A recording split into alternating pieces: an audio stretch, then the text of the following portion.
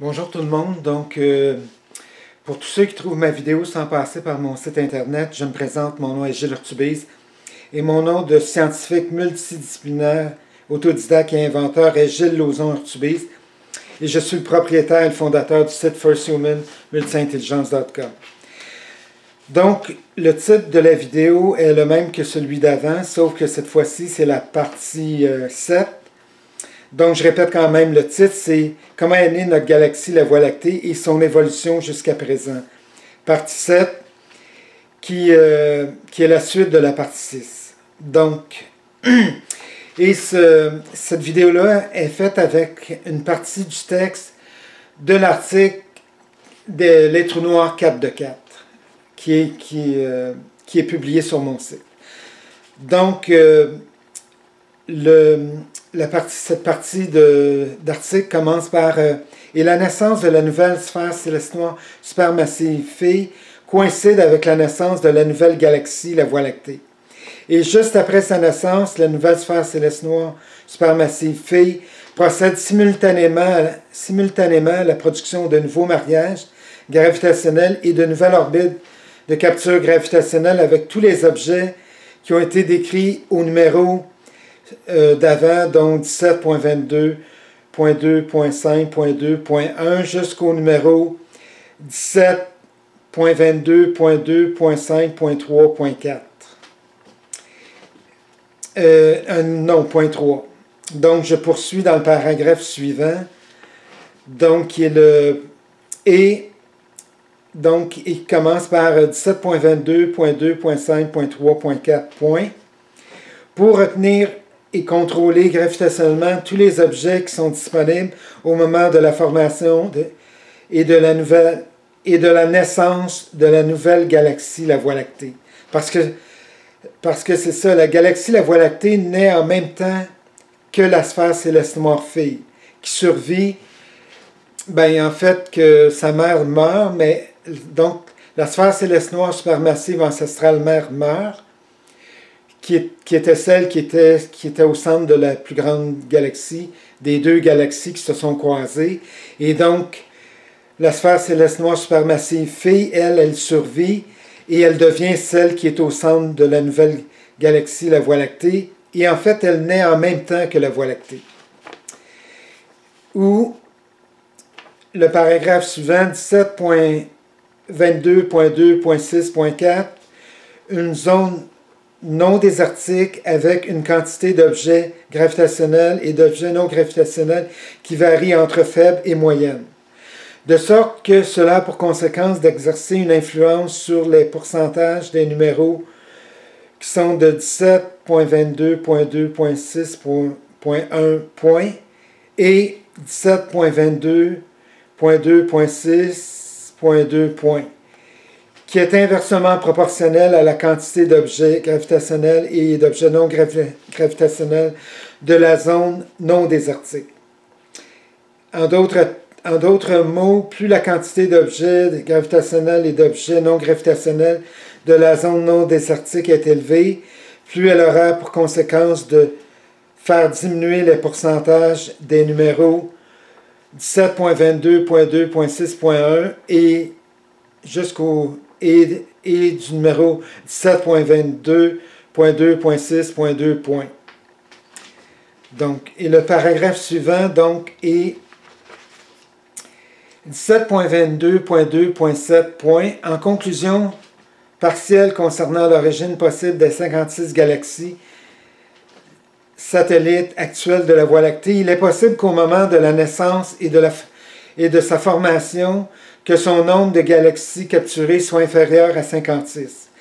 Parce qu'à la suite du violent éclatement en surface et ensuite en une gigantesque explosion en hypernova, qui a pour conséquence de faire naître la nouvelle sphère céleste noire supermassive Phi qui coïncide avec la naissance de la nouvelle galaxie, la Voie lactée, et juste après sa naissance, qui l'amène naturellement à produire simultanément une immense quantité de nouveaux mariages gravitationnels et de nouvelles orbites de capture avec tous les objets disponibles.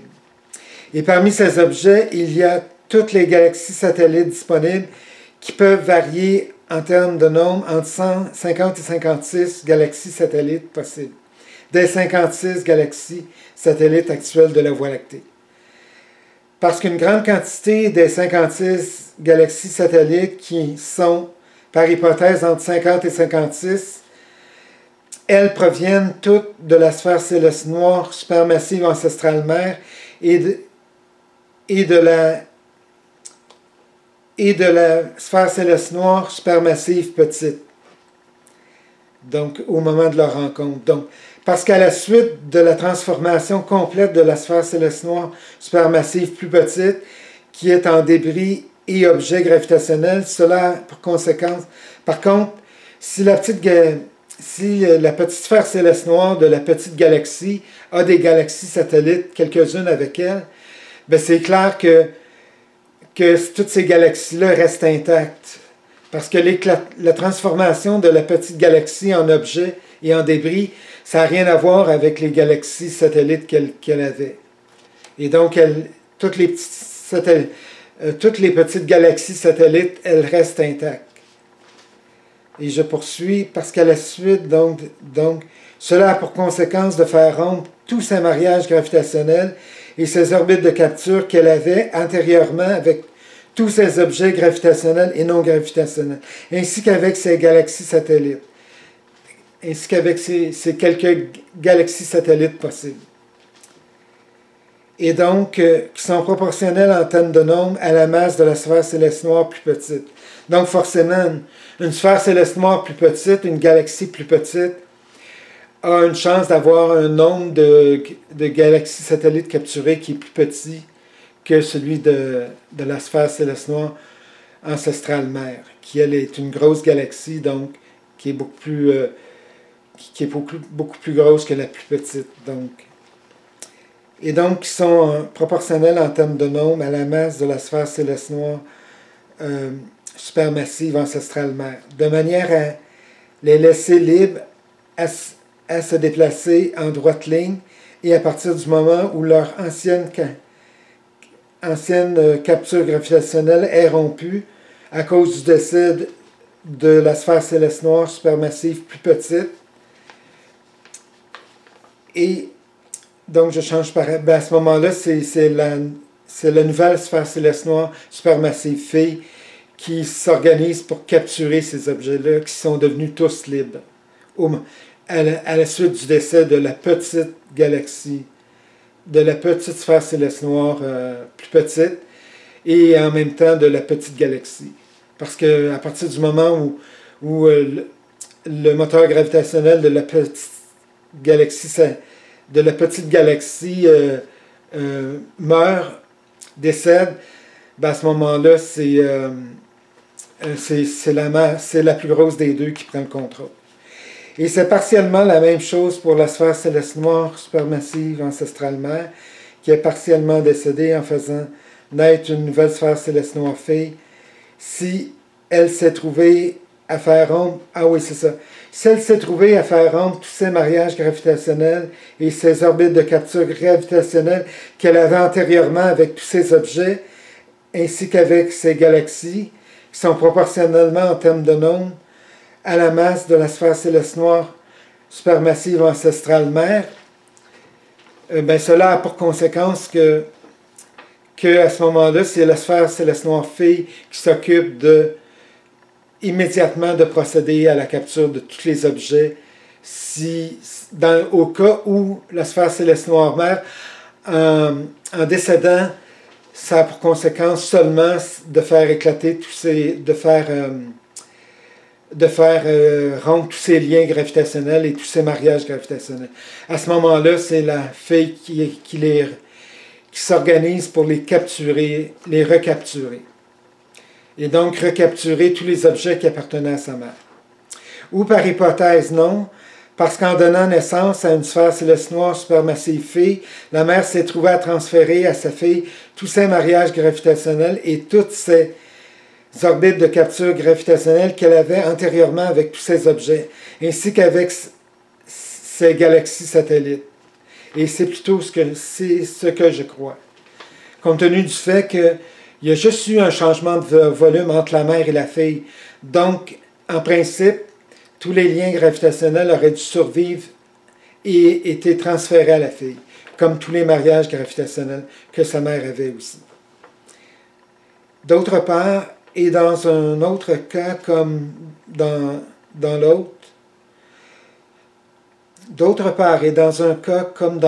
cela n'a aucun effet négatif parce qu'à partir du moment où la sphère céleste noire supermassive Phi naît, elle fait naître avec elle une nouvelle galaxie qui est la Voie lactée. Et juste après sa naissance, elle procède naturellement à une immense quantité de mariages gravitationnels et d'orbites de capture gravitationnelle avec tous les objets gravitationnels et non gravitationnels qui sont disponibles. Et cela, ça veut dire qu'ils sont à sa portée. Parce que tous les objets gravitationnels qui sont plus proches d'une autre sphère céleste noire, ben à ce moment-là, c'est là qui est moins massive, mais qui se trouve être plus proche, mais à ce moment-là, c'est l'autre qui les capture. Celles qui les enlèvent à la sphère céleste noire, supermassive Phi qui est au centre de la Voie lactée. De sorte qu'au moment de la naissance de la nouvelle sphère céleste noire supermassive et de la nouvelle galaxie, la Voie lactée, il devrait y avoir un total d'entre 50 à 56 galaxies satellites possibles et qu'après la naissance de la Voie lactée et jusqu'à nos jours, la nouvelle sphère céleste noire supermassive Phi a dû être menée à capturer un petit nombre additionnel de galaxies jusqu'au total actuel de 56 galaxies. Donc forcément, à partir de la naissance de la sphère céleste noire supermassive Phi, qui naît en même temps que la Voie lactée, donc à cette époque-là, il y avait 50 galaxies satellites ou moins. Ben c'est ce nombre-là qu'elle a capturé. Et entre sa naissance et jusqu'à nos jours, il est tout à fait possible qu'elle aurait capturé 6 galaxies satellites additionnelles. Donc, tout est possible. Donc, c'est possible qu'à sa naissance, il y en avait déjà 56 ou que le nombre est inférieur entre 50 et 56. Et dans tous les cas, ben, c'est qu'elle a réussi à soit les conserver ou en capturer d'autres jusqu'à un nombre maximum de 56. Donc, c'est parfait pour cette vidéo et je vous invite à une prochaine vidéo où je vais poursuivre les explications sur l'évolution de la Voie lactée, sa naissance et son évolution. Donc, merci et à la prochaine.